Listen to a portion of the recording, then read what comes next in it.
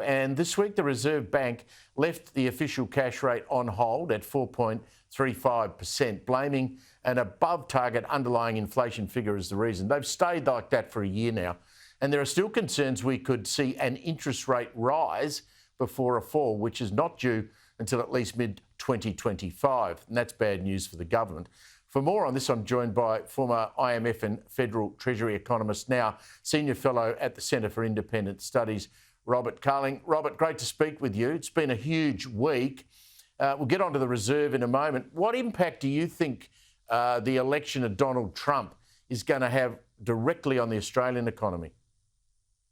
Well, there are two things to be concerned about, and one is the what he's saying about tariffs and anything that puts sand in the wheels of free trade is unwelcome, and what he's talking about would be a lot of sand in the wheels of free trade, and it's especially unwelcome for a country like Australia that depends so much on trade.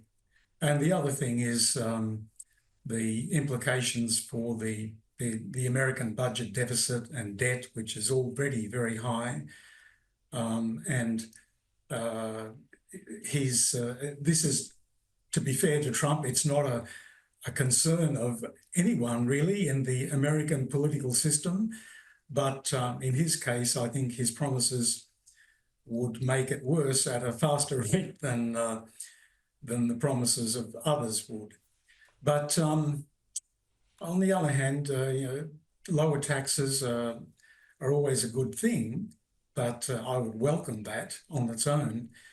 But we have to be worried about what it means for the budget deficit of the US, because the US capital market is so important in the world.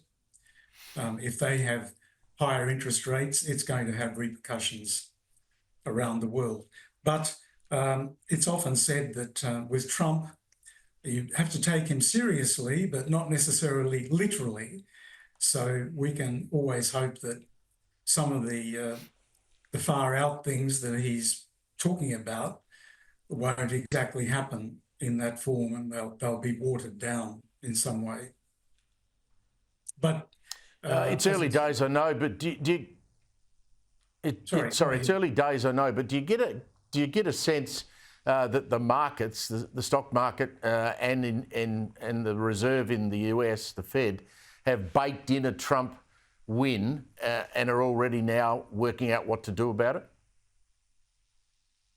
Well, I think it was probably judged more likely than Harris. So in that sense, it had already been priced in. But the reaction that we saw on on Wednesday in the US markets shows that it had not been completely priced in. And they're particularly excited, I think, about the prospect of deregulation and a more welcoming or less resistant approach to mergers and acquisitions and that sort of thing, and also a less demanding approach to the big tech companies like Google, which was under attack from the current administration, and there's an expectation that the Trump administration will go lighter in those areas.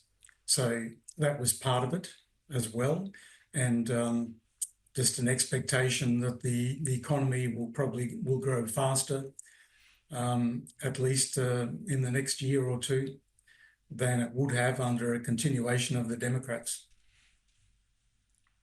Robert, let's come back home. Jim Chalmers, it looks like he's at odds with the RBA. He's telling Question Time this week the central bank looks at the headline figure, but just a day after, Michelle Bullock spoke about watching the underlying inflation figure. Is he wrong or is she wrong? And can you explain the difference to us between the two different figures? Well, the headline figure is just the average increase in prices across the whole consumer price index basket of goods and services. The underlying rate leaves out some things that are either volatile or particularly large increases or decreases, on the grounds that they're not a good guide to the trend because they're likely to be temporary or reversed in the future. And there are various ways to do this, but the Reserve Bank's favourite way is what they call the trimmed mean. In the September quarter, the headline increase was only 0.2% in that quarter, which was a very small increase for a quarter, whereas the trimmed mean or underlying rate increase was a 0.8%, which is quite a large increase for a quarter. So, and a lot of that difference came about this time because of the reductions in electricity prices from the rebates that we all know about. So, that's the difference. And the Treasurer says the Reserve Bank looks at the headline rate. Well, they probably do look at it, but they don't emphasise it, and they are steered by the what I call the trimmed mean or underlying rate. The Treasurer doesn't have a lot to boast about at the moment. He has good jobs growth and a low unemployment rate to boast about, but there's not a lot else on the economic front to boast about. So he's in a difficult situation, and as he talks his way through that, he's likely to make claims like that, which are hard to defend. Just briefly, what's your best guess on interest rates next year?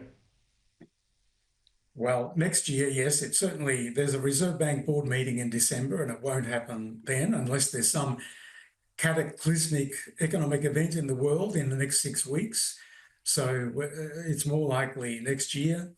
I don't have any special insights into it. There are a lot of people paid to pontificate on that, and February and May are the favourite picks for the first reductions. But there are other people saying it may not happen at all in 2025. So we need to remember that. And also, another thing to remember is that once there are reductions, don't assume that it's going to go back to some very low rate. It might go down to something like 3.5% and just stay there.